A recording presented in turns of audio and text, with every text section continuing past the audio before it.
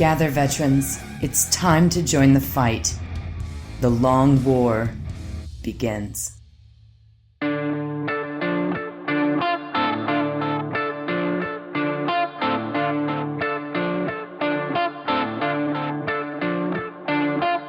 This is The Long War. I'm Rob Baer, and joining me once again are my partners in crime, Kenny Boucher, Mike Haspil, and Wyatt Turk. What's up, guys? Yo, dog, great to be here. The Dark Angels chapter, Deathwing Company. Hey, what's up, everybody? Why does everybody look away when I'm getting ready to start the show? Everybody but Kenny. I find it's easier not to play giggle chicken with you to make the beginning of the show more professional and expedient. Why would we want to do that? Why do you do that? That's the real question. Sometimes I just forget. I know every crease and crack in Rob's face, so it's irrelevant to me.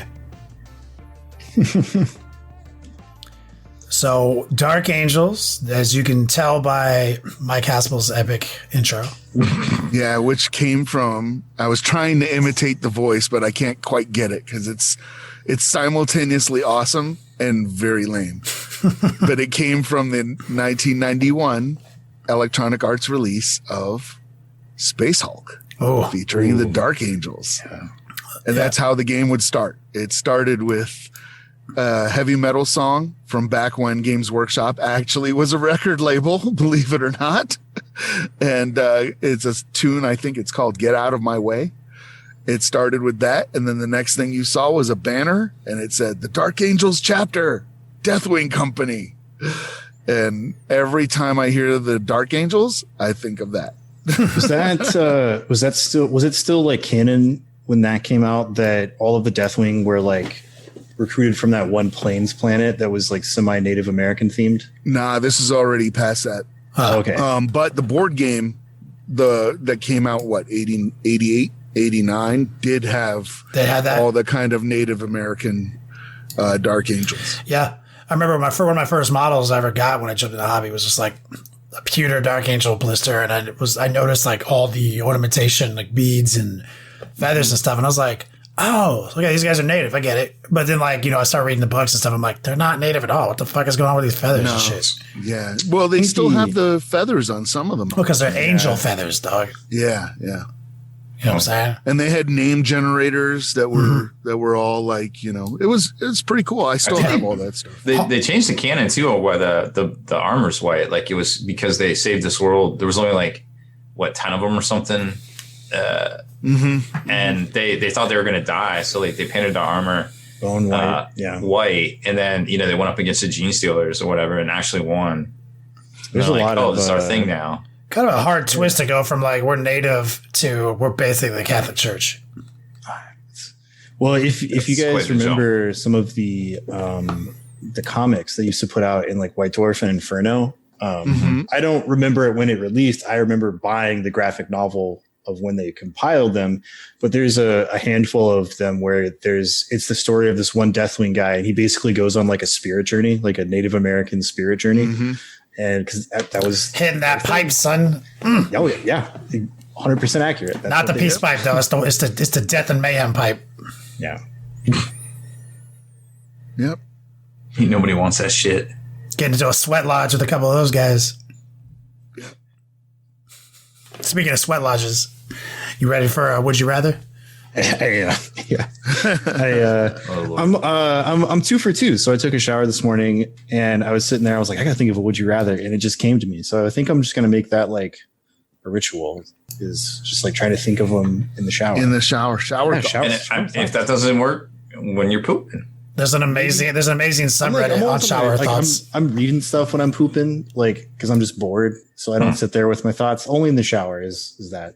Oh. But okay, so here it is. Would you rather live in a world where all human hair grows the same length as like the top of your head, but it's a societal norm and we treat it the same way we do our regular hair, as like a statement of individuality and fashion and that sort of thing? It's just all normal. Yeah, it's not weird.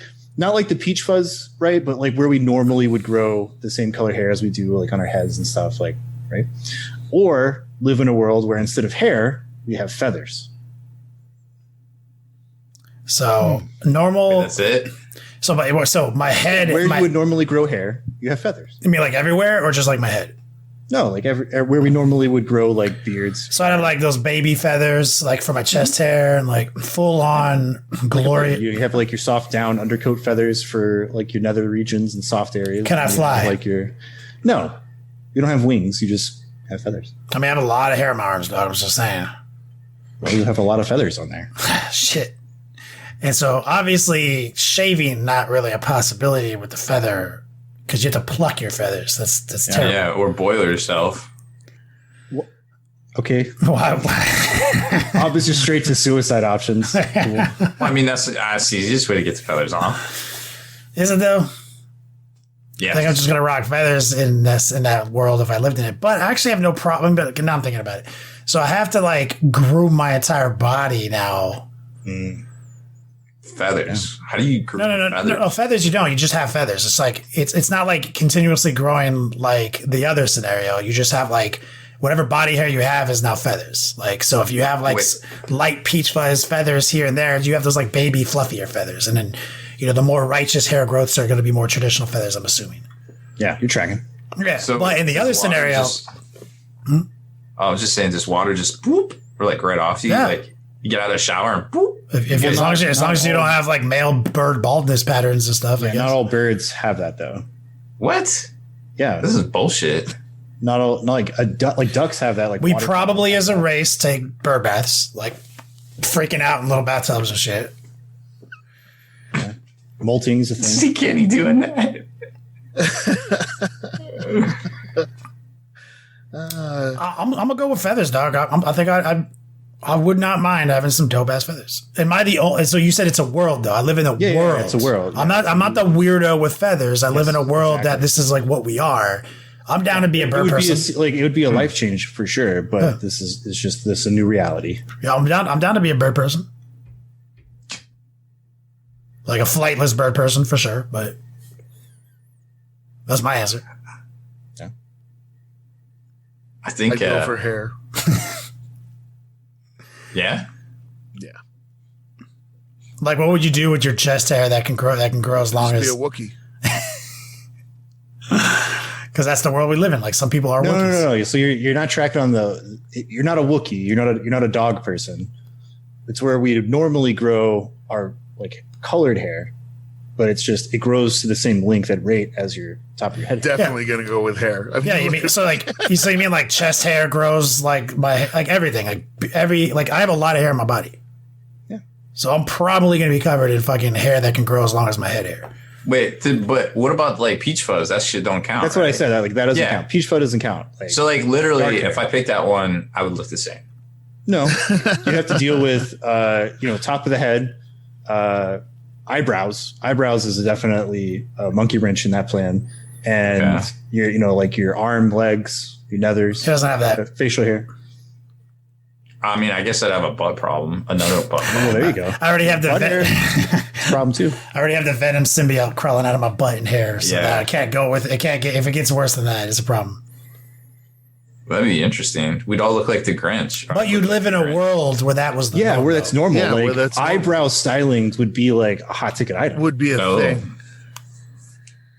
Yeah. You'd actually like be kind of that. weird with your lack of body hair. Yeah, it would. I would have baller like Thufir Hawat eyebrows. It'd be awesome.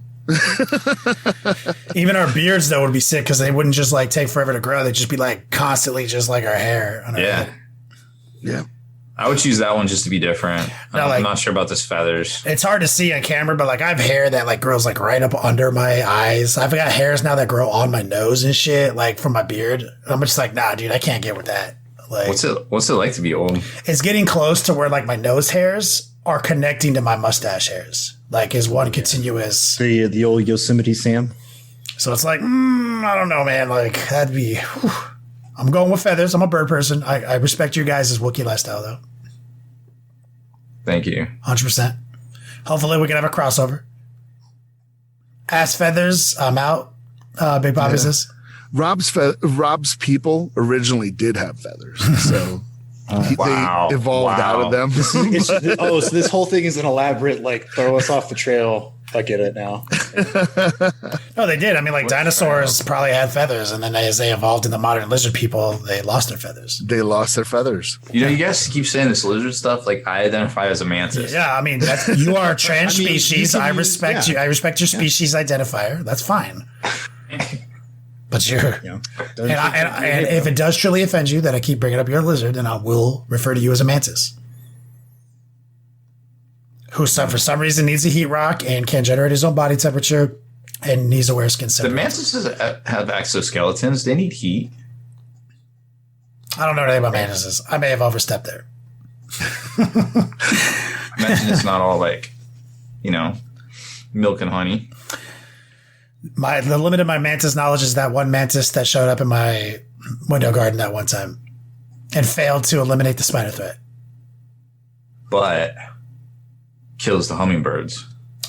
He didn't do shit. He showed up one day, didn't do his job, saw him a little bit later. He was much bigger. Just like, I don't give a shit about any of this stuff. I just sit in this one window box that is easy pickings for these small little aphids. Oh, he's smart. He was a high level disappointment for my cage fighting scenario. Can't win them all, I guess. So we have two Wookiee people, one Wookiee person, one almost identical to how he looks now person with just thicker eyebrows, and a bird person as our answers for this Would You Rather. Yep. Rob with dope eyebrows. Got it. Pull that off, I think. Thank you, Wyatt. That's a good one. Yeah, that was a good one. So we're in a little bit of a G-Dub trough as far as releases go, because there probably aren't going to be pre-releases next week. But of course, we're getting all the dope-ass Space Marines this week that everybody's been waiting for, except for the heavy intercessors, unfortunately. It's like a holiday next week or something. Why wouldn't it be pre-releases? It is a holiday, isn't it? No, not next week. Because it's the week after. Yeah, G-Dub's doing releases every 2 weeks now. Oh. Well, it's been a long while since we had some Space Marine stuff. So, yeah, a little bit. It's been like a week. So just again, if you chaos release, don't get twisted. Yeah, jokes. Well, best chaos book out there. The new joke is every 45 minutes. It's Codex. Yes, every 45 minutes, everybody gets a book.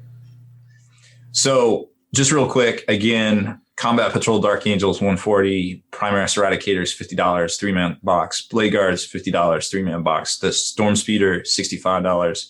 Necrons are getting a release. The Psychomancer, $35. Yep. And the Underworld's Karga's Ravengers, which are the, the Chaos Duders for $40.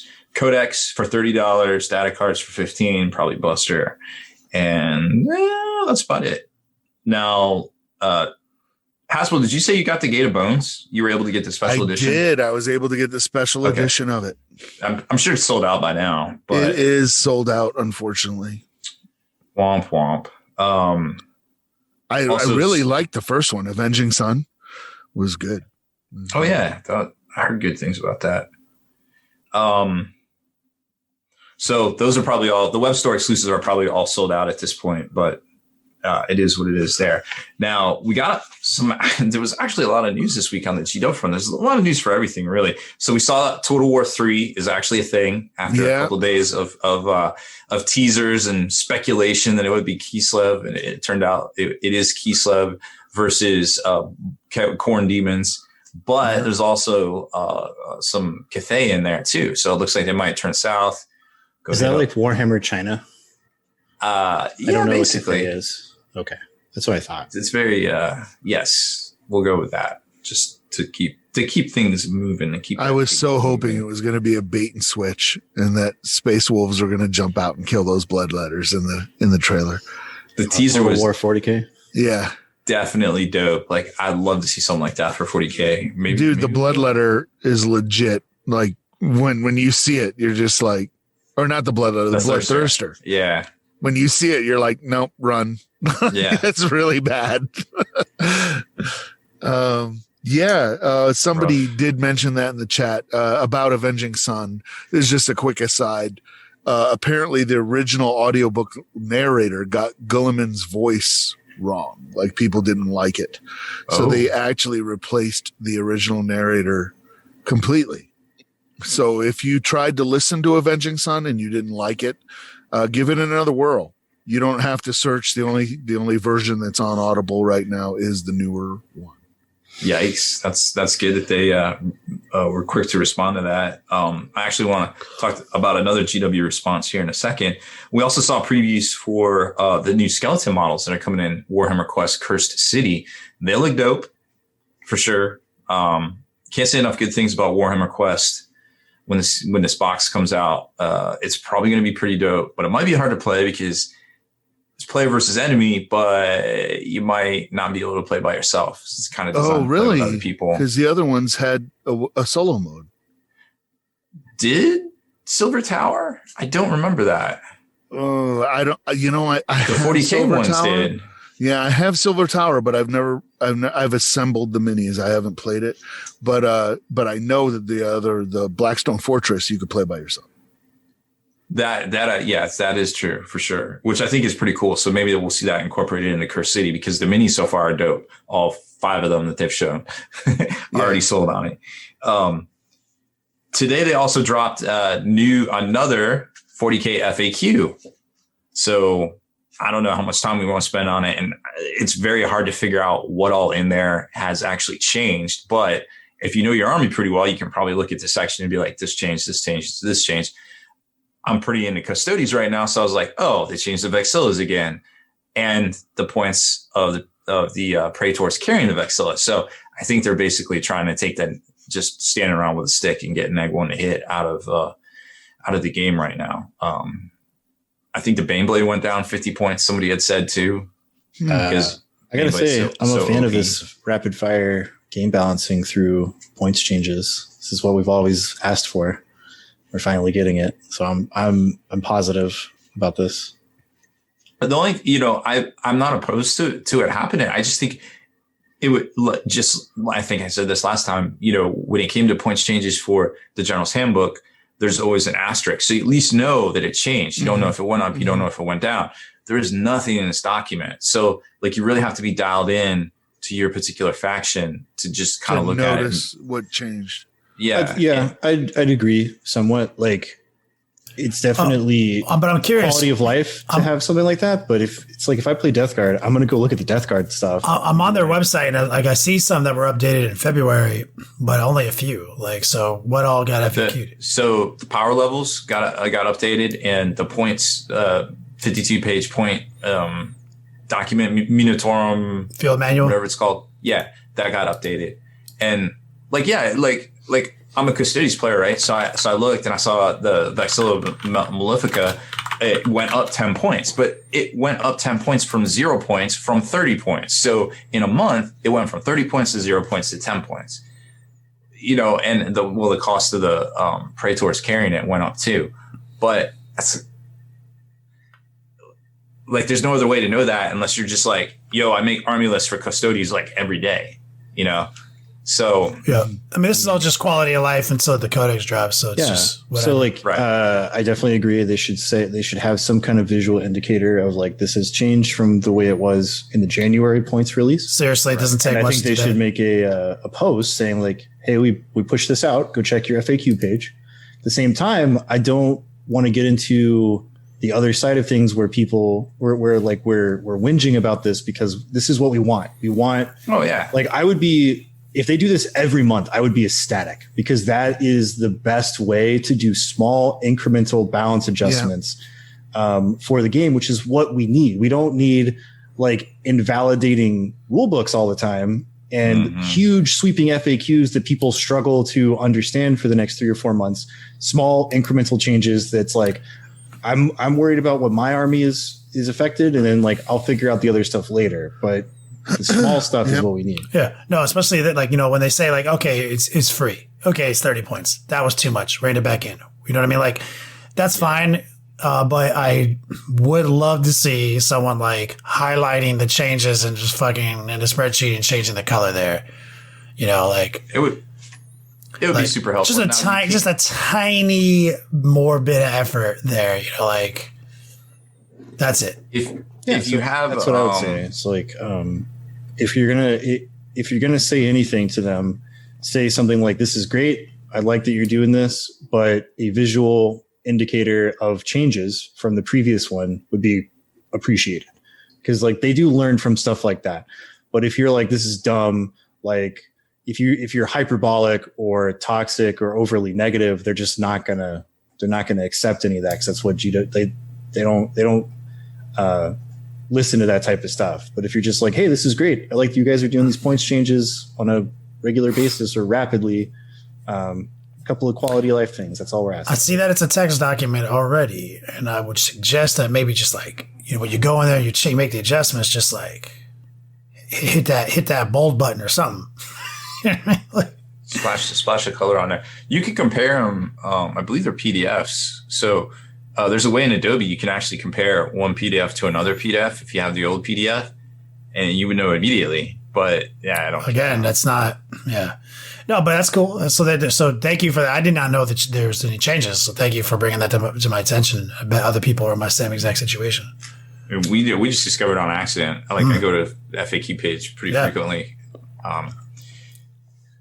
Something else I wanted to mention about GW's responsiveness. So they reached out to stores this week, because what happened with the Death Guard release was, GW was splashing around this word allocation, right? The past couple of releases. And, it's something we've talked about a lot.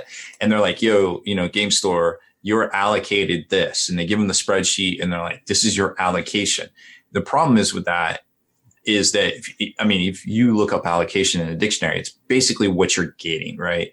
And that kind of hasn't been the case for a lot of game stores. We saw it with Lord of Virulence. Lord of Virulence is almost double retail right now, like on secondary market. So a lot of game stores got their Lord of Virulences cut completely. And they're like, "Well, dang, that's the only thing besides the Codex people wanted. Yeah. That's what I was trying to sell." And, it's kind of a kick in the pants. Yeah, especially when you say you allocated me 5 and you didn't give me any. That's not the definition of allocation, sir. Correct. It is not. So there's rumored to have been a response on the part of North American Trade Sales, which, also covers Canada here in the States, to change their verbiage of how they were saying these things. And actually on the retailer spreadsheet, it didn't say allocation, it said cap. So you are capped at this, like this is your maximum, like you may not get this, but this is your cap for this week's releases. And they also told a lot of game stores that individual retailers or individual sales reps have like a sort of reserve of stock that they can kind of dole out, kind of what was happening, Well, so their reserve, they can now therefore allocate.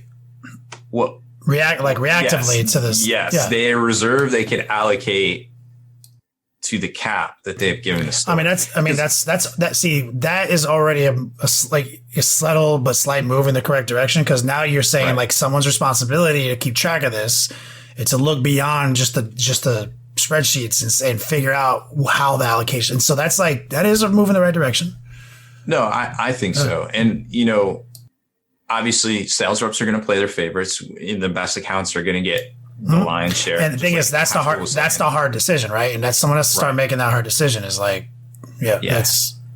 I don't envy any of these. I don't envy the GW sales reps. I know what they're supposed to do every week. I know they don't have time to do it. I don't envy game store owners, because trying to make these hard moves, but at least, we're all trying to, or these companies are all trying to, kind of figure it out in these difficult times. And it's good to see that we've seen this response. So GW realizes, hey, maybe this isn't working the way we're saying things. Let's change it. Let's try it. Let's try this, and going forward, we'll see how it goes. Right. I think one thing they definitely should do as another step in the right direction is just be honest with these sales accounts and just be like, we're going to cap you at like 10 pre-orders for something, because while what they just did is a good move, what they're still doing is people are pre-ordering product and the company is like, oops, sold too many. And then through somehow they decided randomly or based on whatever, they're just like, yeah, we're not gonna fulfill that. You're gonna have to give a refund. because that's like the bigger problem. Because I think more people are less upset about like, oh, we didn't get any shelf stock. You know, when I went to my local store, they didn't have shelf stock of this new stuff.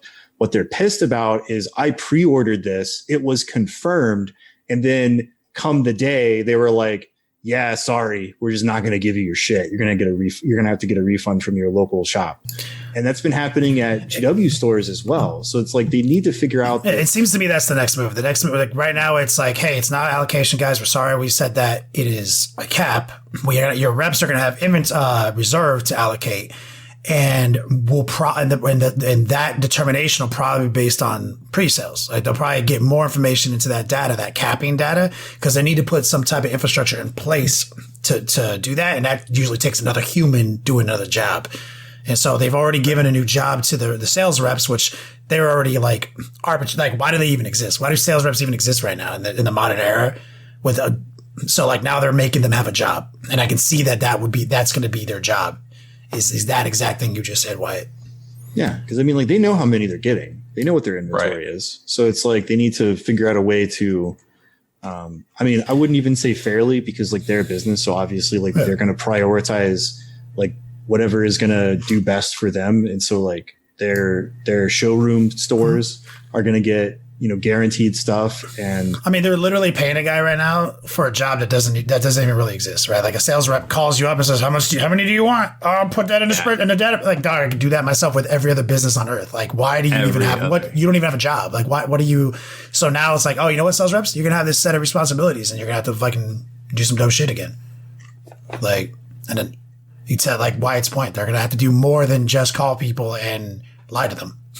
Like, yeah, you see, so I like technically still work for the company, but I used to run a store. I know all of their terrible practices and OG systems that are 20 years out of date. Like, I'm aware they need to figure this shit out. Well, I think they are looking at the job listings of what they've been hiring for lately. I think they're definitely have identified some needs. But that all takes time, and time is not what a lot of things have right now. I wanted to talk about a couple other releases that were pretty dope. Well, one in particular. If you're not following Deadly Print Studio, definitely check them out. They sell STLs, but also they will print, these particular models for you too. And what they are is basically cinematic effects of some sort. You may have seen the pictures of the Necron invasion beams coming down from a scythe that, they actually put Necron models coming out of, like on the ground. And that is the flight stand for the Necron Doom Scythe, or whichever scythe, I forget. It looks so fresh. And it's funny because, we've talked about them before on the site, because they have these smokestacks for like the Inceptor models. They have the same thing for suppressor models. But if you start looking through their site, they've got like Tau stuff, like all sorts of crazy like shielding and things like that. And more recently, even the Custodi Venatari, they have smoke for them because their flight stems definitely suck as well. But all this stuff over there is super dope, and they're always coming out with something new. And I just don't think they get a lot of exposure. So when they always have something new, I love talking about them, but I don't think I brought What was their name again? Deadly Print Studio. Deadly Print Studio. Deadly Print Studio. They're out of Europe, but like I said, if you want to print it yourself, you can just buy the STL. They have cinematic effects like muzzle flashes, that's awesome. Smoke trails, all sorts of dope things, like just about anything. So then you can print it on FDM or resin, whatever you're working with. Super fresh. So definitely check them out. Also, over on the Spiky Bits made to order 3D marketplace, we have the new sidecar, the sci-fi sidecar, up for pre-order right now. Well, actually, it's not really pre-order. Like, it's just going to take like 2 or 3 weeks to get them all out. But you can order it and be first in line. And I think there's a discount coupon over there as well. So they basically fit on an Outrider bike, and you can make an attack bike or, cool, an ATV or something like that. Futuristic sci-fi sidecar for all your futuristic motorcycle needs. Purging needs. Mm-hmm. But those are pretty fresh. So we got those happening right now too. But definitely check out Deadly Print Studio too. Oh, and if you're on Spiky Bits, you might notice a new header as well. So just click the buttons. Nothing bad will happen. I swear. At worst, you'll get some male organ enhancement pills. And I mean, who doesn't want that?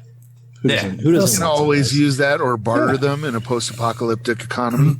I mean, First one's always free. based on my inbox, like there like if you just use my inbox as like to tell a story, it would tell you the story that I'm in the market for some male enhancement pills. It's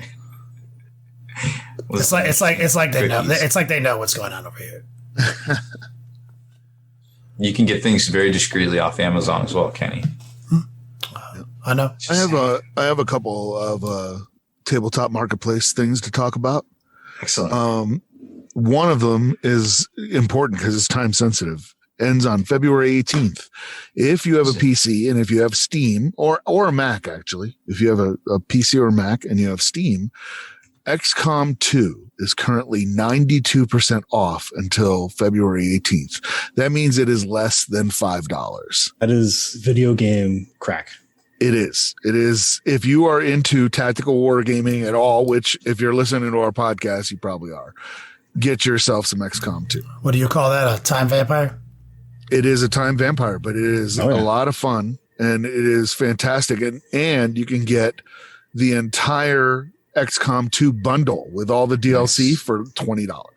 Oh, and if you're a fan of Warhammer 40K, there is a ton of free mods that work exceptionally well with XCOM 2, where you can have your guys dress up as different types of Space Marines with all sorts of different types of armor and Sisters of Battle. Awesome. Very, very cool. So go check that out. There is also a Humble Bundle going on right now. You get 18 different Warhammer books. I think if you go for the maximum, the max donation, which is, I think, about $20, you get 18 different books.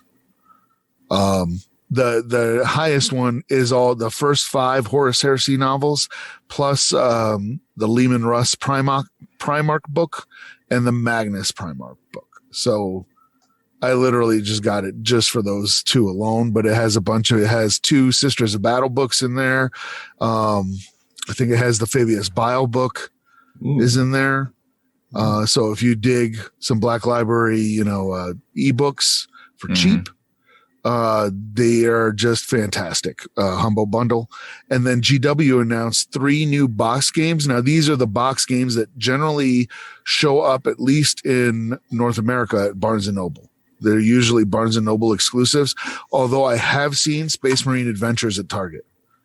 Yes, they had the expansions, but not the starter base game, I think. So they've got 3 new games that are coming out. One's called Bladeborn. It's a skirmish type AOS game. It looks like a gateway drug to either Underworlds or Warcry. It's like a simplified version of both of those. They have one called Doomsday Countdown that is a Space Marine Adventures versus Chaos. It's Primaris Marines versus Chaos Cultists. And the Space Marine Adventures ones are a little bit more simplified because they tend to be for younger gamers. They're like 8-year-old or whatever. So the rules are not very complex, but they are a lot of fun, and you can play them solo because they're co-op games. So I enjoy them. And then they're putting out one called Fire Team, which is Space Marines versus Necrons, takes place in the Indomitus timeline. And it looks like it's a kill team gateway. Because it looks very similar. The style of it with the little counters and everything like that, looks very kill teamy. So that also I want to talk about that.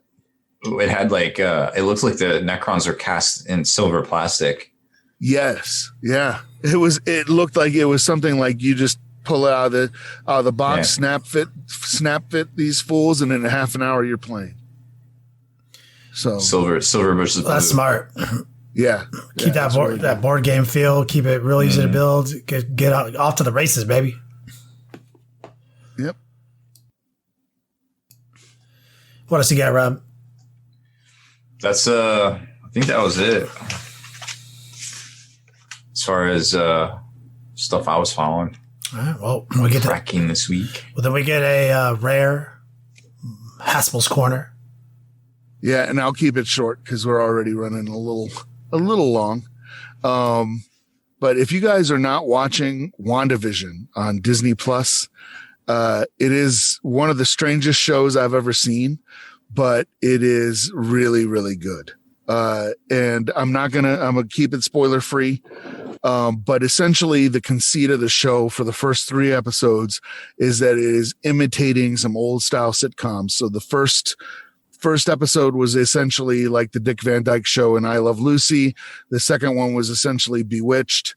The third one is totally like the Brady Bunch. And then the fourth one, Marvel brought it. Right? And it was like they introduced a very, very important new character. And I won't say who it is, but I'll just be like, you need to pay attention to what her last name is at the beginning, when they mention it. And, I was just like, wow, this is just fantastic. Initially, I kind of didn't know who they were making the show for, because you kind of need the language of these old sitcoms, and Gen X grew up watching all these sitcoms in syndication. So we're very familiar with like I Love Lucy and Bewitched and the language of those sitcoms. Like, and I don't just mean like English. I mean how they cut things, the editing, all the lighting, all that stuff. And they've recreated it so well that when it's not right, you notice it. Like in a big way, you go, wait a minute, that's not the way it used to be. Something's wrong. And, it is very, very well done. There are Easter eggs throughout. If you're a big Marvel fan, all I'll say is I'm getting very, very heavy House of M vibes from this. If you're familiar with that storyline. Yeah, it is. It is heading that way. It is really, really cool. There's lots of other homages to other shows like Pleasantville, things like that show up. Catherine Hahn, if you guys are a fan of Step Brothers, you know who Catherine Hahn is. And she was his brother's, Will Ferrell's brother's wife, who was trying to get it on with John C. Reilly throughout the entire movie. So she is amazing in WandaVision. Fuck yes. Absolutely amazing. And it's a really, really good show. That's all I really can say. And what it made me feel like in the first 3 episodes was it made me feel like Lost when Lost was still good. It was like it had the mysteries, it had all the stuff like you're like, man, what is going on? You wanted to watch an episode 2 or 3 times so you could catch all the little Easter eggs and be like, what does this mean? And is this a reference to this? And there's even period television commercials that are embedded in the show, and those all have Easter eggs in it. And it's really, really cool. So I remember telling my brother, I said, if they just have all these Easter eggs and it's like Lost, I swear to God, I'm done with Marvel.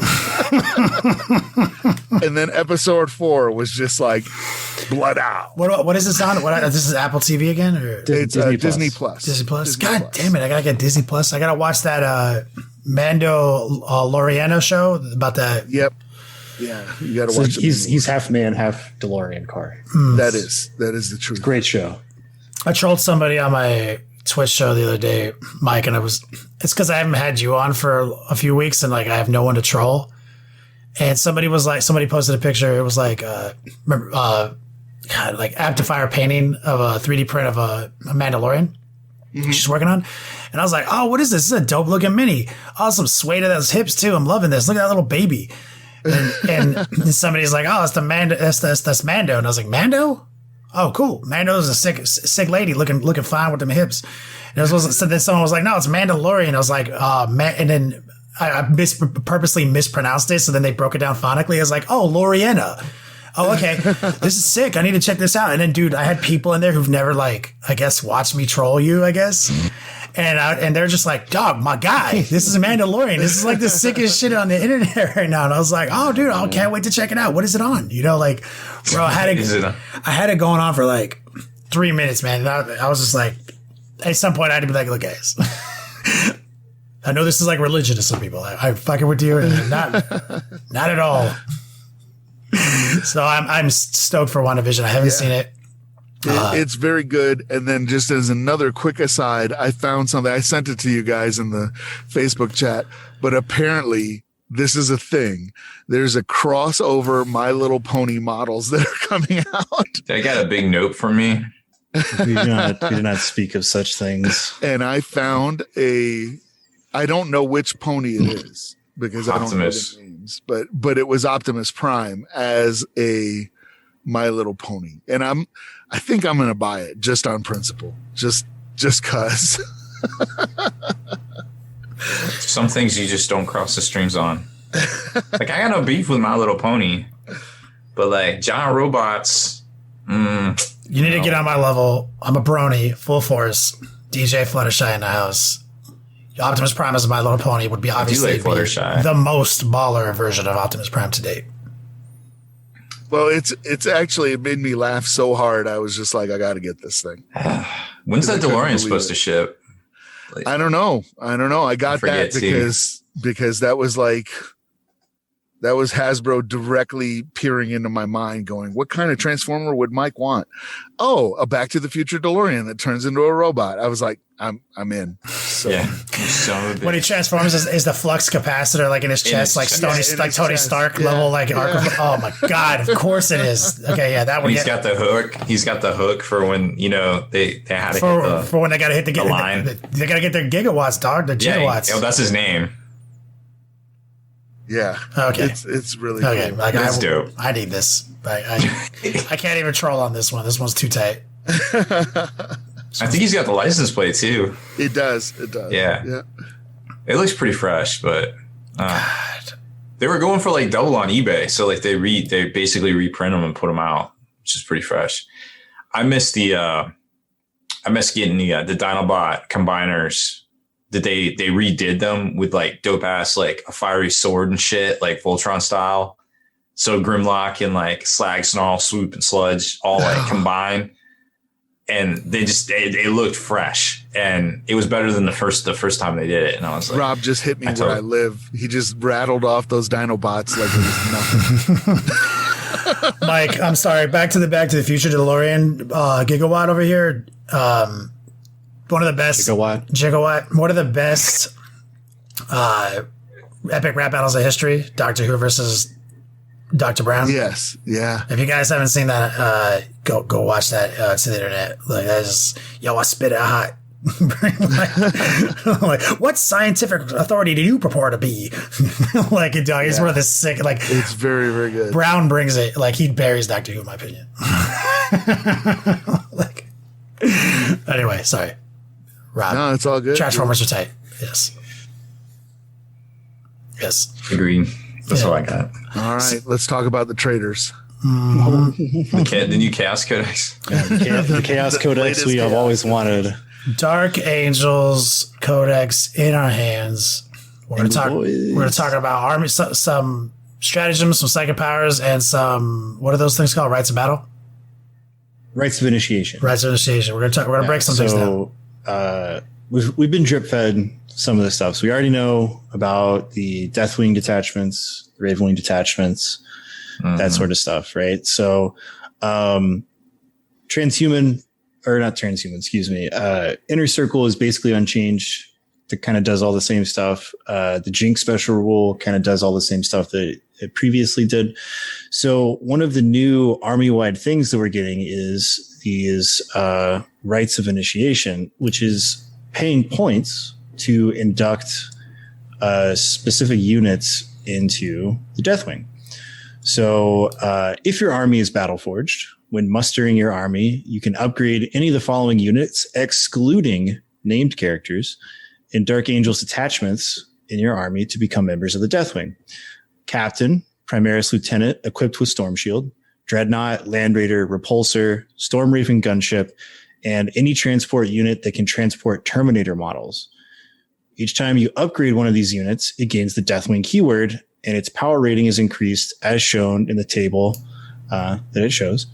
It's all +1, no matter what. If you're playing a match play game or a game that otherwise uses a points limit, then the points value of that unit is also increased by the amount shown in the same table. Make note on your army roster each time you upgrade a unit using these rules. So captain is 20 points, Primaris Lieutenant 15, Dreadnought 15, Land Raider 10, Repulsor 10, Storm Raven 10. Any transport that can transport Terminator models, also 10. Sick. So this way you can run your Deathwing, Vanguard detachment?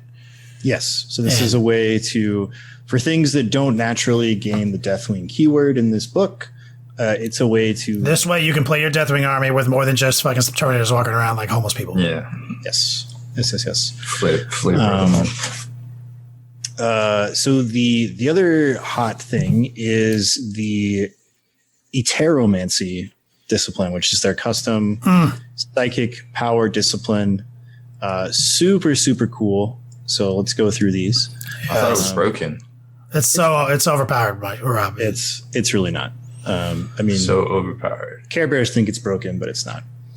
Wait, hold on. The same Care Bears who said Death Guard was unplayable if they changed Disgusting Resilience, who then also said Mortarion was overpowered because of Disgusting Resilience, who now are saying, okay. Yeah, those people. They sound like they know what they're talking about. Yeah, they definitely know what they're talking about. Constantly. Yeah. Mindworm. It's a malediction. It has a warp charge of 6. And it is, if manifested, select one enemy unit within 18 inches of the Psyker. And it's got 2 bullet points. That unit takes 1 mortal wound. And until the start of your next psychic phase, in the fight phase, that unit is not eligible to fight until all other eligible units from your army have done so. Sorry. That is one of my favorite psychic powers. That is cool. It's an incredible combo. Fight last. It does not require line of sight, which is cool. A lot of these do not. Only like 1 or 2 actually require line of sight, which is super cool. For the casuals who listen, changing fight order is one of the most powerful things you can do. Besides, like maybe falling back and shoot, or I mean, having somebody like the Vex. No wound. I mean, if you have like a relic or warlord trait that creates some bubble of like people have to fight last, that's like auto include no matter what fucking faction you're playing. Like it's automatically that powerful. And so this is the fact that they have something similar to that in a psychic power. Like it means you could always have it no matter what, pretty much as long as you pass the roll. Real good. Yeah, that's the problem. Like when you got two gates. You the other ones are attached. Yeah. Well, the other ones are attached to a guy, and they're automatic, right? Yeah. So this one is not. This one's attached to a guy who can cast it from a distance and doesn't actually have to be in the same place it occurs. So there is a fail rate associated with it, but undeniably tactical as fuck. I have a quick off the cuff question because you guys never interrupt me when I'm talking. But when it comes to anti-psyker defense. If you take an Evisword, it's -2 to cast, and the Sister Prosecutors, which are -1 to cast, does that mean everybody within 18 is -3 to cast? Yes. I think it stacks too. Yeah. Okay. Yes. That's all I had to say. Well, because they have a list of things that don't go beyond 1, and that is not on that list. And then, -1 to hit doesn't go below. But that was all I could find, so I was just checking. No. So like that's kind of the main thing. I was going to touch on that after this list, but since we're bringing it up now, like the reason that the multiple reasons why this is not like OP or busted or whatever is one, it only 2 of these actually do any damage to your models, right? So unlike a lot of psychic powers, they don't wombo combo into this nasty thing. Like it's not Guide, Doom, and Jinx all stacked on something and then you just scoop it. They don't do like 1 billion mortal wounds. It doesn't remove models from play with nothing. They're a psychic power, so they have a fail rate, unlike stratagems, which you usually can't do anything about. You can deny psychic powers, and there's multiple ways to do that. And many factions have really, really, really powerful ways to easily deny psychic powers, like denying on a single dice, stratagems to do it automatically, bringing things like the Assassin that give negative modifiers, all sorts of stuff like that. And it's just like they're not a guaranteed thing that's always going to happen. And then at the end of the day, like with Mind Wipe, it makes your units fight last. It doesn't kill them. So it's like if they don't set up themselves for success to take advantage on the psychic power, it basically does nothing. So if I cast Mind Wipe on something and I fail my charge, does Mind Wipe do something? No, it doesn't. It doesn't do anything. It's meaningless, right? A lot of these debuffs are like that. So the next one is Aversion. Is a warp charge of 6. If manifested, select one enemy unit within 24 inches. Until the start of your next psychic phase, while that unit is within 6 inches of the psyker, subtract 1 from the attacks characteristic of models in that unit. And each time a model in that unit makes an attack, subtract 1 from the attack's hit roll. See this? I like these maledictions with 2 bullet points. So it's like bullet point 1, if you're within 6 inches of me, this happens. Bullet point 2, this always happens. So I like how if he's stuck in, it's pretty awesome. It's like, yo, I'm changing your attack profile and your hit number. But from a distance, I can still say, hey, that thing is happening over there on that side of the battlefield. Let me just make it hard, like hit harder or hit harder to hit for it. Like, I love that. Simple, flexible, helps you in a pinch. I like the flavor of these psychic powers. Yes, there's a theme. They're all super useful, but none of them are like feel badsy OP. Righteous Repugnance. It's a blessing. So this is a buff. Has a warp charge value of 7. If manifested, select one friendly Dark Angels unit within 12 inches. Until the start of your next psychic phase, each time a model in that unit makes a melee attack, you can reroll the hit roll and reroll the wound roll. So it's very simple, very classic, very powerful, right? Just, hey, reroll those hits and those wounds, like in the fight. Like, that is... So it's so simple. I think it's simplicity and like what it does is what makes it so flexible, because I mean, everyone can benefit from it. I mean, like, it's not like, hey, this is my dedicated melee unit and I'm going to go in there and crush even harder. You can do that. But also you're like, yo, this unit suddenly rolling hits and wounds that you didn't expect to hurt you at all in close combat suddenly did some damage like that. I love the flexibility. I love so far, I'm very excited about these. Like, okay. I would take a librarian, but already hearing only these 3. Like, I'm like, yeah, I would take 2 because this whole table is awesome. Yeah, right. They're very, very clutch tactically. The fourth one is Trephination with a PH.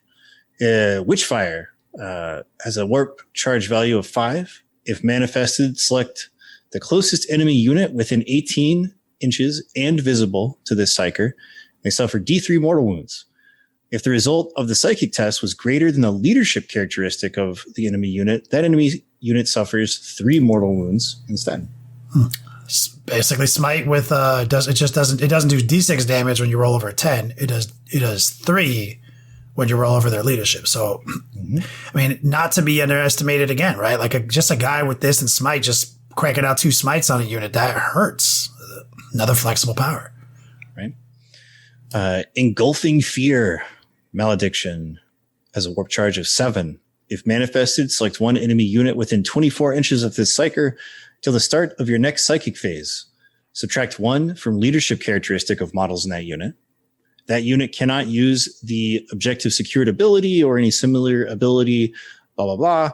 If the result of the psychic test was equal to or greater than the unit's leadership characteristic, that unit cannot perform actions. If that unit is currently performing an action, it immediately fails. Oh. Three bullet points. Yes. 3 bullet points. Curse. And use a warp charge 7, which, as you guys know, play psychic powers. That's not guaranteed. That's like a 50-50. But it does incredible things, though, right? There's 3 things of like, one of them is like cool, like I messed with your leadership. One of them really obviously good, right? Strip you of objective secure.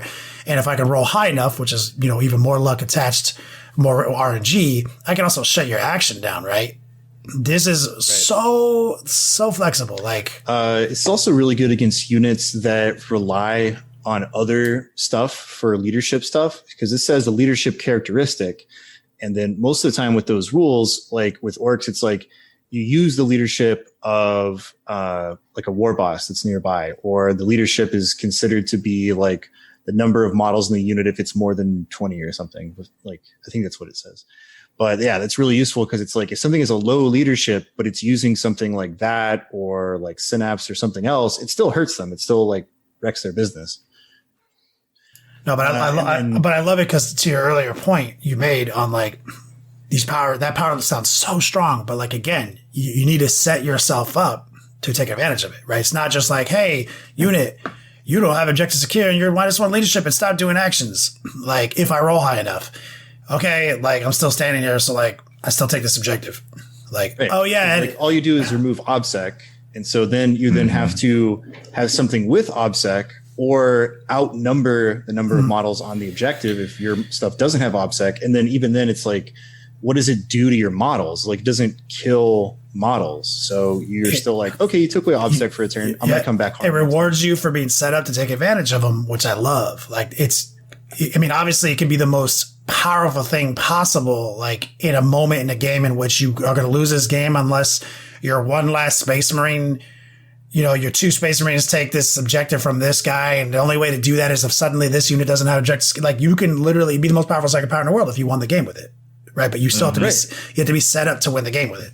And I love that. On top of that situation occurs when the person you're playing against isn't, setting themselves up for success. So if I play Dark Angels, like if I'm playing against them, I'm like, he can turn off OBSEC. So I'm going to make sure that I'm going to set up the stuff on these objectives to make sure that if that happens, I don't get, riggedy wrecked in the final turn and lose the game. Right. So you got to also, as somebody playing against this stuff, keep that in mind. It forces me to use a little bit maybe objective redundancy, but then that's what I love about the flex. It's like, so now if I'm being a little bit more redundant with my objective placement or my objective controlling mentality, because I'm worried about your second power, you've already begun to change the way I play because of the existence of that power. So I love these secondary mind games that are occurring with the existence of some of these powers. Right. Just like really simple stuff like positioning your models on an objective so that, or around an objective so that if they try to do that, they're not actually within range to control it, like just simple movement stuff to prevent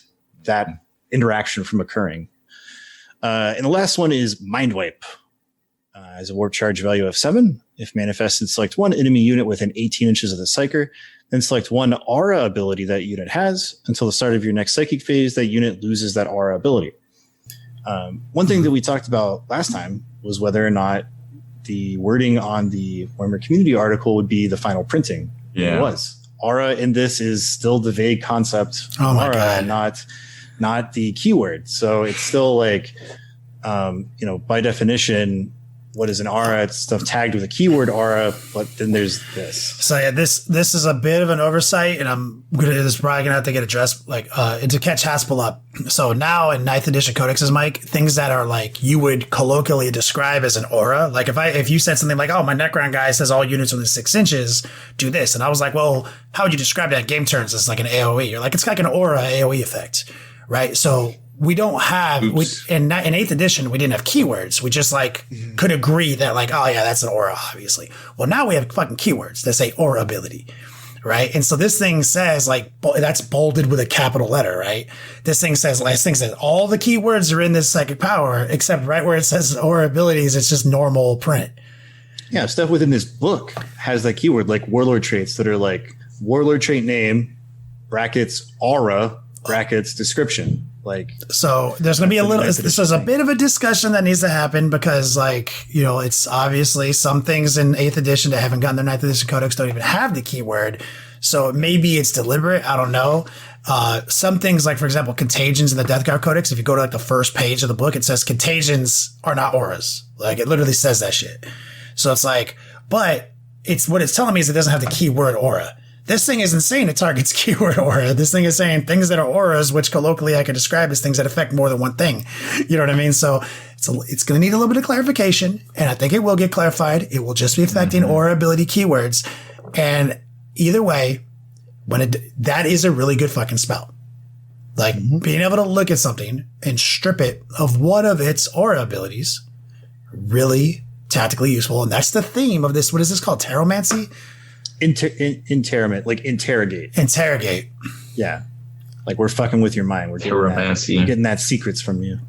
This is, I'll tell you what, I'm way more excited about this than I was about my Death Guard second powers. This suite of powers really makes me want to take a battalion. So remember in the Death Guard codex, we couldn't take 2 Lord keywords and all that shit. And so basically if you run a battalion, it's you have to run a psyker base. You have to run a sorcerer. We're pretty much distilled down to you can take this guy plus a sorcerer. So like basically in all my Death Guard lists, I don't run battalions because the psychic powers aren't spicy enough for me to justify the points. I'll just take the CP hit and get more units, right? If I had psychic powers this spicy, I would always make the point sacrifice to have access to this tactical flexibility. And just as a clarification, like people are talking about this in relationship to the Death Guard. So in the Death Guard, there are very specific things that are keyworded as auras and very specific things that are keyworded as contagions. The Plague Company specific warlord traits are contagions. So the gloaming bloat and the droning is a contagion, but the generic Death Guard living plague warlord trait is classified as an aura. So in the context of against Mortarion, if I have the gloaming bloat as a picked warlord trait, you cannot turn that off, but you can turn off living plague. The more you know. You know, see, I'm not even sure about that because I was actually scanning through the book the other day and I saw this like fucking text I hadn't seen before because obviously all new codexes take multiple readings to catch every little thing. And which I'm only on my like third reading of the book. And I saw like a tagline, like I said, I never saw before. It's that section of the book that shows you the contagions and the ranges of how they break down. Attachment abilities. Is that faction abilities? And there, as I read, you know, there it is. Here, I found it. So contagion abilities. Contagion abilities affect enemy models or units within contagion range. This changes the battle ground number, increase the battle per blah, blah, blah, blah. Where's the line? Contagion abilities. Okay, note that while similar in many regards to aura abilities, contagion abilities are not affected by abilities that affect aura abilities. Right. Wow. So on top of that, they also have keywords. The rest of my case, son. In the codex. So like things like gloaming bloat, it says gloaming bloat bracket contagion description. And then living plague is living plague bracket aura description. So sorry, guys, contagions don't get affected by this shit. Let's see. Let's get into some stratagems. Got some dope stratagems.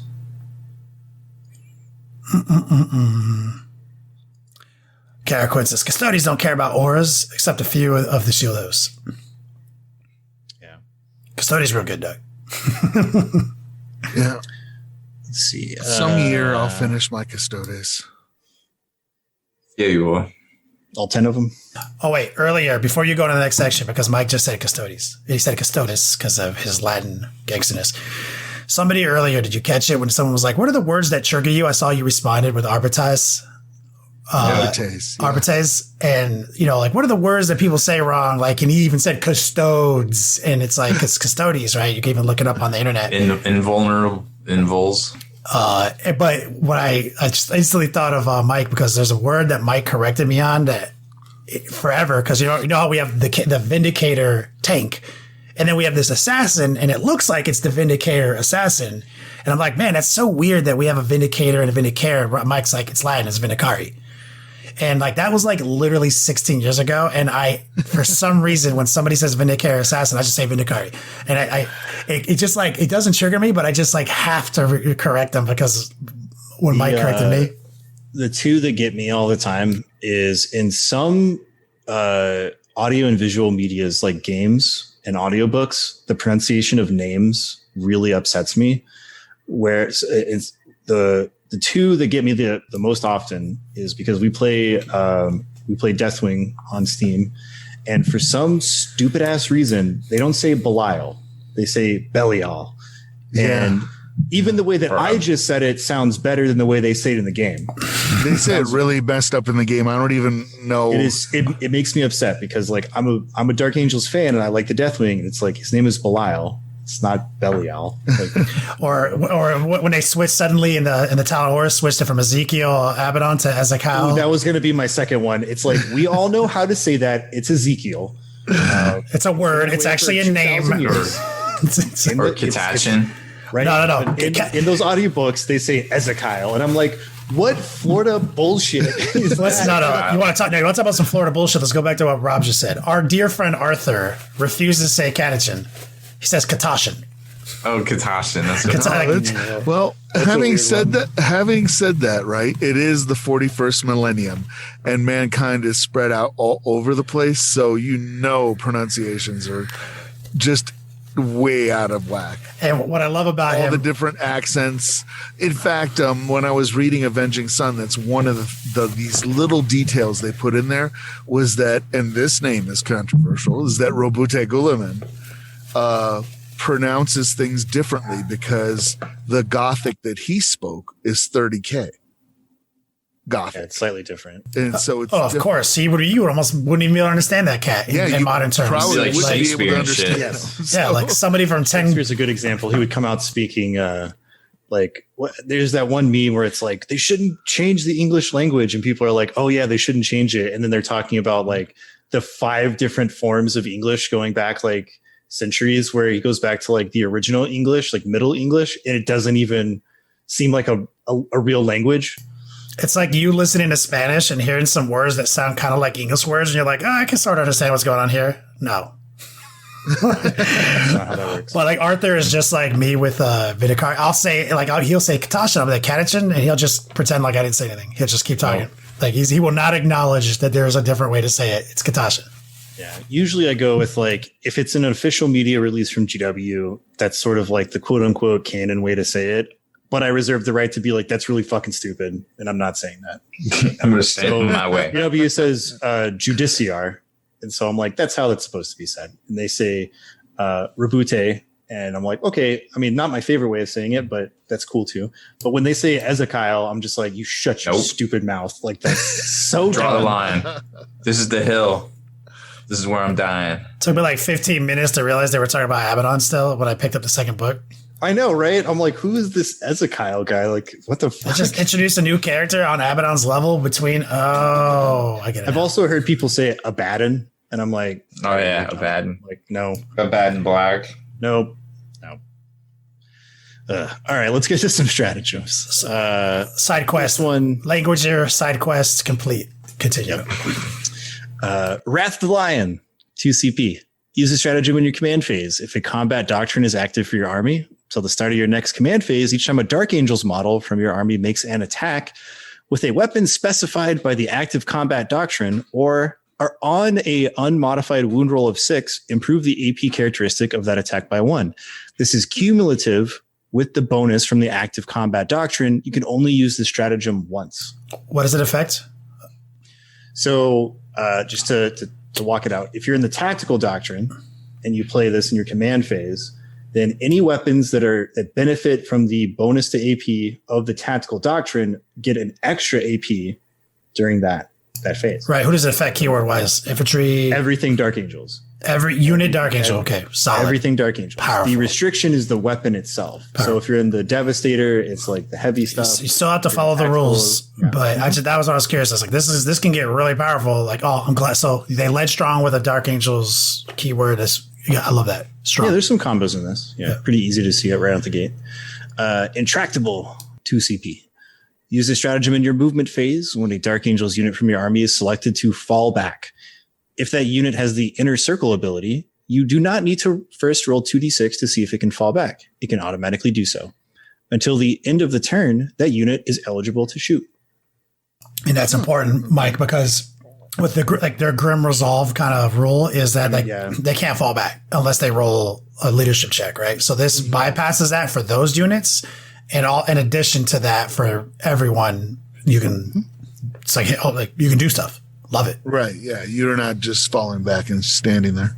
Mm-hmm. Yep. We saw Deathwing Assault already when in the shooting phase, when a Deathwing unit deep strikes or comes in, they can get +1 to wound rolls on the attack. Very powerful. Yep. But with a condition, like we said, the new trend is like this. Yeah, you have to use Teleport Home or Teleport Strike. Mm-hmm. And I was very anti-conditional in 8th edition mentality of building army lists. But now they're giving us units with really good abilities and stats. I like the conditions and the feeling that they provide. Yep. Let's see. I think we already talked about Full Throttle. 1 CP, 2 CP. In the movement phase, after a Raven Wing unit from your army advances, the unit immediately makes a normal move of up to 12 inches, but is not eligible to shoot or declare a charge. If it's 5 or fewer models, it costs 1. If it's more, it costs 2. Move fast, but you can't do things afterwards.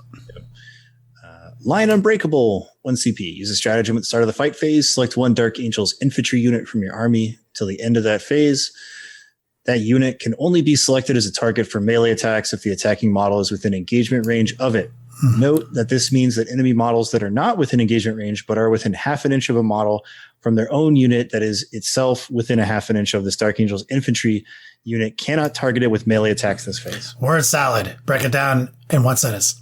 So if somebody charges you and they have multiple ranks of dudes in the fight phase, you say only that first rank can hit. You have to touch me to hurt me. That's basically what they're saying. And what does it say? When do you enact this? Infantry units in the fight Start phase? of the fight phase. Start So of the fight phase. either fight phase. So I love this because you can use it offensively very powerfully, right? Because it's easy to get around when you know that they might play it. If I'm like kind of wrapping around you and I'm going to charge you, I just got to make sure my guys will start touching you. But you can catch people off guard. Like, let's say I got 3 Death Shrouds kind of strung out doing things and they're a very powerful unit. You can definitely charge me like with your soft unit kind of on the cut, right? And just stop your guys in engagement range. Don't touch me, right? And then you fight. And then now I pile, and you play the stratagem. Now I pile in, and because I'm spread out, only one of my guys actually is going to touch you. The other 2 guys who would normally crush my unit don't get to play. So I only have to withstand the one dude's attacks. And I'm like, ha, now what, dog? Wow. So I love the offensive capability. A lot of people, like, when I first thought about it, I thought it very defensively. But I was like, nah, you can actually do some shady, come on the side of the conga line, catch them in the cut, and throttle their offense big time. And again, it doesn't change the game. I'm not killing your guys. I'm not taking your unit off the table. I'm getting a little swing, a little momentum shift here where you didn't expect me to get one. Let's see. High speed focus, 1 CP. Use a stratagem in your opponent's shooting phase when you allocate a ranged attack to a Raven Wing vehicle model from your army. To the start of your next turn, that model is a 4-up invulnerable save against ranged attacks. Nice. What was the keyword again? Raven Wing vehicle. Raven Wing vehicle. Raven Wing vehicle. Just so like one. How many CPs? 1. 1 CP. You get a 4-up invulnerable in this vehicle. Yes. Yeah. That's fucking. Yeah. I mean, it's limited to only the data sheets that have Raven Wing vehicle, but yeah, it's very useful. Yeah. Let's see. No foe too great to subdue for 2 CP. This is the Deathwing Knight stratagem. Gives them +1 to that attacks roll and improve the AP by 1 against vehicles or monsters. Is it for both of those statistics are dependent on vehicle or monster? Yeah, it's when you're attacking a vehicle or monster, you get +1 to attack and improve the AP by 1. Okay, and the condition is Deathwing Knight and in vehicle or monster. Yeah, attacking a vehicle or monster. 1 CP? Mm-hmm. Or 2 CP. 2 CP. Kind of stiff. Kind of stiff for that. Those conditions. I'd like to see that 1 CP. Let's see. Marked for command, 1 CP. Use a stratagem before the battle. Select 1 Dark Angels Ravenwing Huntmaster or Nightmaster model of the Dark Angels, or a Dark Angels model from your army that has the word Sergeant in their profile. That model can have one of the following special issue war gear relics, yada yada. That's their. This is our obligatory specialist war gear stratagem. Mm-hmm. Mm-hmm. But it's honored sergeant with their keywords. And then we've got Paragon of the Chapter, additional warlord trait strat just for them. Mm-hmm. Tactical Appraisal, 1 CP. Use a stratagem in your command phase. Select 1 Dark Angels unit from your army within 6 inches of your warlord. Then select 1 Combat Doctrine. Till the start of your next command phase, for the purposes of that unit, treat that combat doctrine as being active for your army instead of the active combat doctrine. You'd only use this stratagem if every unit from your army has the command doctrine's ability, excluding Servitor, Agent of the Imperium, or unaligned units. So it lets you change the doctrine? Yeah, a unit within 6 inches of the warlord, and you get to say that unit is in this combat doctrine and all benefits. In the condition keyword is Dark Angel unit? Dark Angel unit. 1 Dark Angel unit within 6 inches of your warlord. And it's 1 CP? Mm-hmm. That's appropriate for the conditions that they apply to it. Yeah, other chapters have similar abilities. Yeah. The Hunt, 2 CP or 3 CP. Use a stratagem at the start of the first battle round before the first turn begins. Select one Raven Wing unit from your army. That unit can make a normal move as if it were your movement phase, but must end that move more than 9 inches away from any enemy models. If both players have units that can move before the first turn begins, the player who is taking the first turn moves their units first. If that unit contains 5 or fewer models, it costs 2. Otherwise, it costs 3. So this is a pre-game scout move. Yep. You get to move. I like how it clarifies, though. This is something moving forward with how they changed the pregame stuff, where it's like, if you win the dice roll, you must go first. And then this also takes any type of haggling out, where it's like, if you both have it, the person going first moves their shit first. Yeah, all their shit. Well, if it's like, it says, if the players have units that can move before the first turn begins, the player who is taking the first turn moves their units first. Mm-hmm. So it's not alternating. No, we have to make up some rules. It's literally like, because this is a pregame stratagem, right? Before the hunt. You play, so that means you can put it on multiple units. So like, I move all my guys, then you can move all your guys. It's expensive though. Oh yeah, it's this is an appropriate price tag because those stratagems are very powerful, and they were lots of controversy in the edition, and they got changed lots of different ways. So instead, it's 2 CPs. Give us some clarification. Great job. Targeting guidance, 2 CP. Use a stratagem in your shooting phase. Select one enemy unit within 18 inches of and visible to a Raven Wing Land Speeder or Raven Wing Storm Speeder unit from your army. Until the end of the phase, each time a model in a friendly Dark Angels unit makes a ranged attack against the selected enemy unit, add 1 to the attack's hit roll. See, I like this. It's right. It's like, you look at that stratagem, you're like, I'm not going to make an army around this, but if I do have that in my army, I would obviously like to play something like this. Yeah, this is great. I mean, like, gives you guys +1 to hit, and cancels out negative to hit modifiers. See, because none of these stratagems are like, oh, that's the sick shit. I need to build my whole army around that. That's not how it works anymore. Yeah. Like, there's enough of a suite of momentum shifts in here that like there's something for me no matter what I build. That's nice. Swift Strike, 2 CP or 3. Use a stratagem in the fight phase. After a Raven Wing unit from your army has fought, if that unit is within engagement range of any enemy models, it can fall back as if it were the movement phase. Otherwise, it can make a normal move as if it were the movement phase. If that unit contains 5 or fewer models, it costs 3. Otherwise, it costs 2. Otherwise, it costs 3. So this is like hit and run. Mm-hmm. Straight up. Pretty cool. Pretty cool for Raven Wing boys. And yep. I think this is like my second favorite stratagem of this book. Secret Agenda, 1 CP. Use the stratagem after selecting secondary objectives or agendas. Do not reveal one of your selections to your opponent. The first time you score victory points or experience points for it, reveal it to your opponent.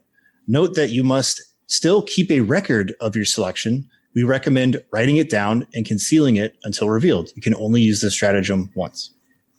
That's pretty cool. Mm-hmm. It's very cool. I love that. I love also something that Wyatt said earlier today in the tax discussion I didn't even think of was like some of the secondaries that you don't score to the end of the game. Mm-hmm. You can basically, you're just sitting there like the whole time, like, nope, still haven't done it. Nope, still haven't done it. Like, it's always just sitting here on a piece of paper. And like, you're like, which one is it? Fuck, how do I defend against this? It's a mini game. Yeah, there was a little bit of controversy about this because when it initially leaked, we didn't get like the full word for word because there was no picture, right? So when my Dark Angels friend was like, we get this cool thing called Secret Agenda, and he told me basically all anybody knew was like the first part. And I was like, that can't be allowed in match play because it opens up way too much. Like my very first thought was that so many of the really good secondaries are end of game scoring. And it's like, how do you not stop people from being like super fucking scummy about that? They have to write it down. Right. And then I was researching like in the GT book, I was like, it tells you to write stuff down. Like technically speaking, in the order of operations of pregame, you select your secondaries, write them down, and then you and your opponent reveal them to each other at the same time. Yeah. Just nobody really does that because when you're at an event or whatever, you're like, oh, you got a lot of vehicles. I think I'm going to take this. And blah, blah, blah. Shocker. And sometimes as like a thing of sportsmanship, somebody would be like, oh, I'm thinking about taking this. I'm like, no, you don't want to do that. That's terrible against my army. You should take this instead.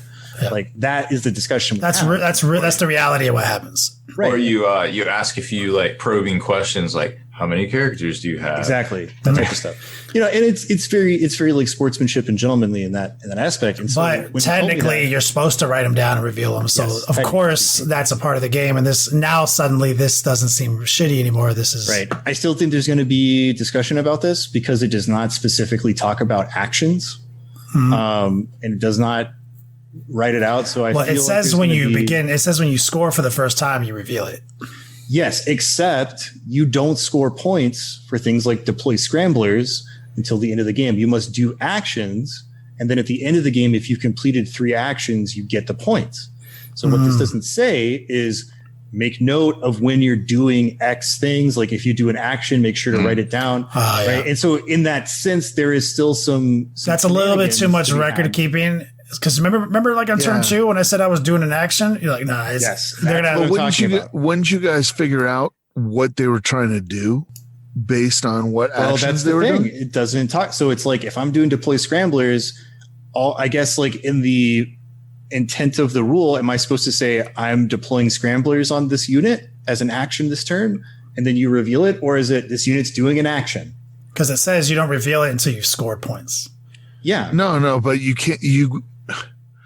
I don't know. I think you would have to tell people what action you were doing. Yeah, I agree. I agree. I think that is the right way. It's like you can hold it until you're like, I'm deploying scramblers with this unit.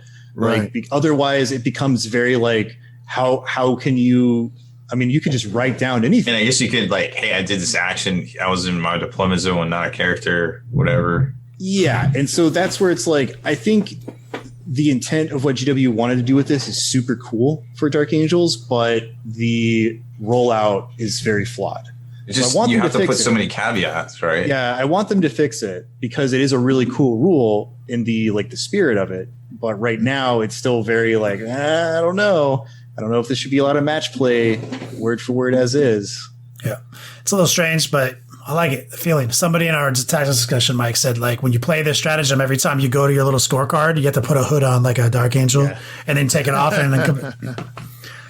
Yes. Let's see, we've got Stasis Shell. Use the stratagem in your shooting phase. When a Raven Wing model from your army shoots within a Astartes grenade launcher, that model can only make one attack with that weapon this phase. If a hit is scored, the target is caught in stasis until the start of your next turn and the attack sequence ends.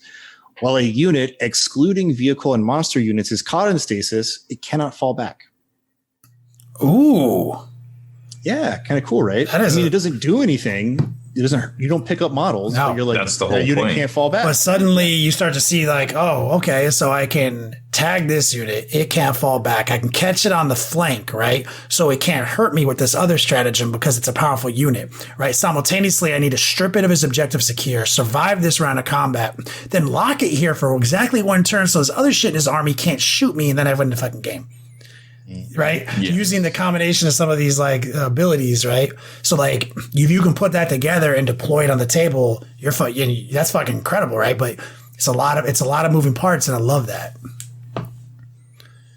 See, and we have weapons from the Dark Age. Returns for 2 CP.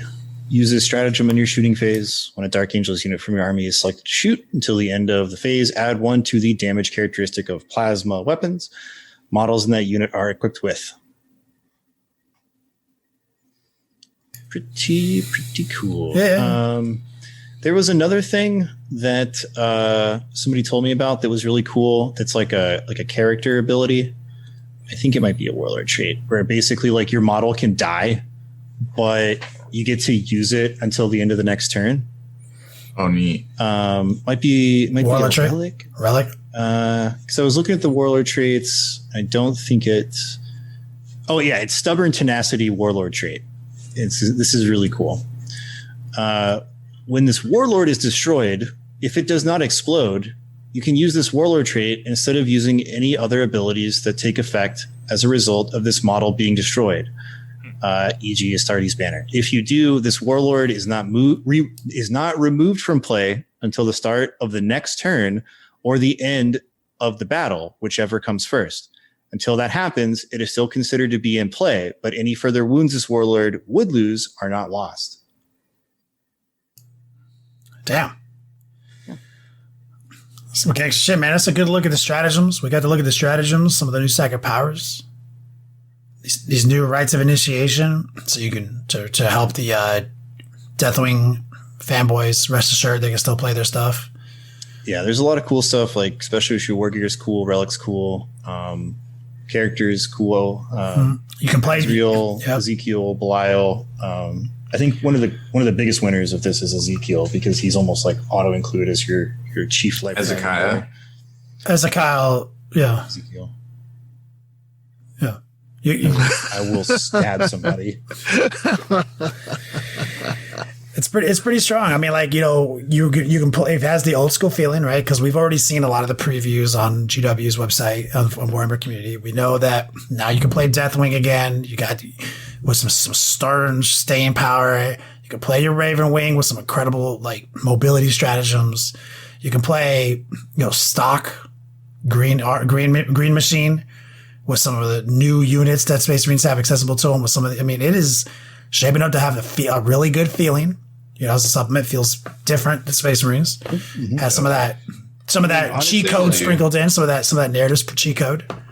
This feels it feels very similar to the Death Guard Codex in terms of like where it's at balance wise, right? Because I've kind of heard the gamut of like how people are talking about this, from like to being a little hyperbolic of like this is the best Space Marines book. I don't think that's necessarily true. I think it's just kind of whiplash because Dark Angels have been garbage for so long. Yeah. And now that they've been brought up to, they have a seat at the table now, basically. Like they're up to the level of the Space Marine Codex. They're up to the level of other strong codexes, but I don't think they're immediately S tier, unbeatable, OP, busted, like none of that. They're just really good. They're just strong. Yeah, they got pigeonholed into a couple of builds that were the only way to play them for a little while, But now everything's starting to kind of shake out, right? These 9th edition codexes are really showing that it's really hard to make a list that doesn't work. Like, you pick the units you like. There's some stratagems for you. There's some second powers that'll work. With a list of a little bit of scheming, you probably have a list you can win some games with, man. I like that. Oh, hells yeah. Super cool. Dope. All right, well, we're not going to do the whole review. Other people on the internet do that. Yeah, I mean, the Codex will be out on Saturday. Mm-hmm. It'll be out there. If you play Dark Angels, do a dance. It's awesome. If you know somebody that has Dark Angels, you're going to be playing against, read up, because they're not going to be doing Jaws the World Wolf circa 7th edition on you, right? They're not going to be giving you the feel bads, but they do have some nice tactical plays, so you'll want to make sure to check that out. Do you remember that one time, Mike, you did actually Jaws Mephiston? I did. Because the only way to Jaws, you have to fail the initiative check, and he's like an initiative 9, so the only way he's like a 6. You're like, Jaws, this asshole. That's the only thing that matters. I'm like, I'll be fine, roll a 6. I can't decide what was the most feel badsy thing, because it was Invisible Nurgle Bikers was pretty bad. The Bark Star was pretty bad. Jaws the World Wolf. I mean, Invisible insert Death Star was ultimate. It was Stomp Table. Man, I saw some people want to quit because I rolled a 6 on my Stomp Table, and you have the Swarm Lord.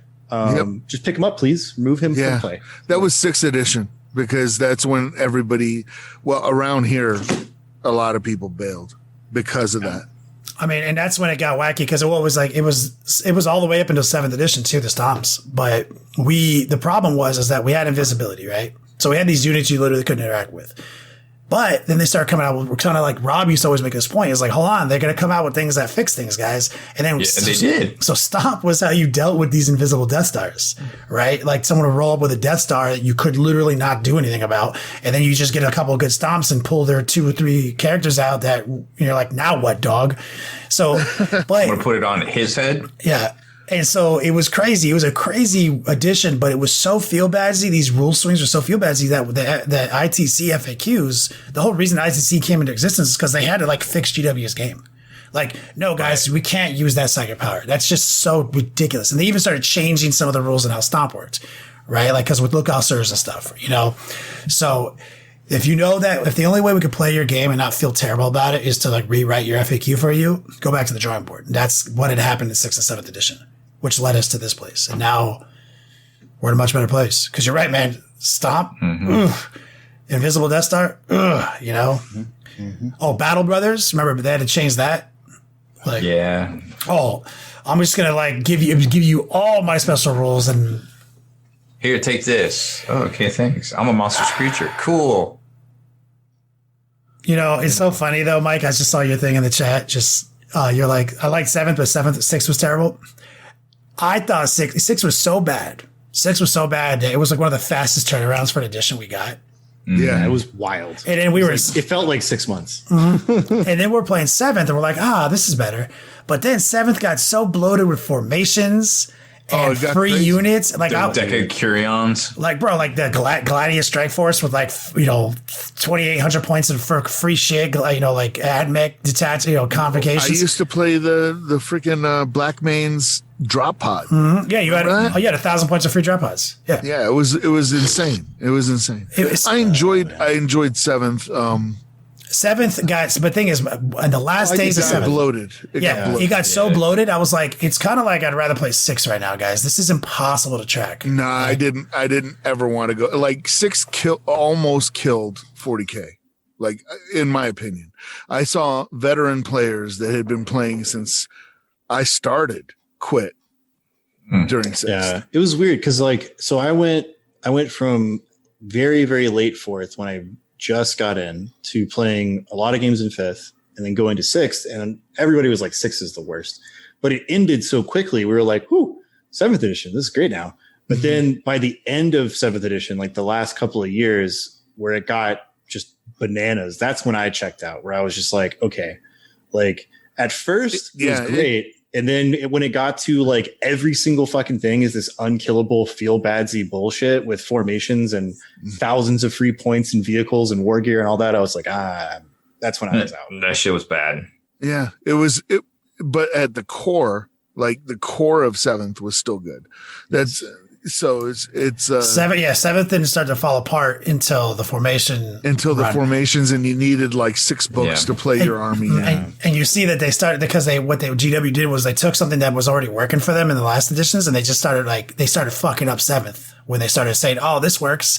Dude, we got to, in the death throes of 7th, they got to a place where they're just dropping these books and these new rules, and ITC was like, none of those are viable, guys. We're not playing any of those. Like, it just got so bad. And then finally, the first new edition of Warhammer 40K we got since second changed to 3rd was 8th edition, and everything changed. And now we are living in the era where the edition is 8th edition, and all the things that are coming out after this tweaks, and that's what 3rd, 4th, 5th, 6th, and 7th were, right? They just out tweaked it right by the end, and now we've kind of reset, and it feels like a brand new game. And names of models we remember, but like new, totally game changer. The core of 9th is a really, really solid rule set. I don't really have any problems with it, so I think the best idea would be like the core of this we'll keep the same with maybe some minor shakeups here and there, but then have our like seasons, like our new hot season, be the codexes.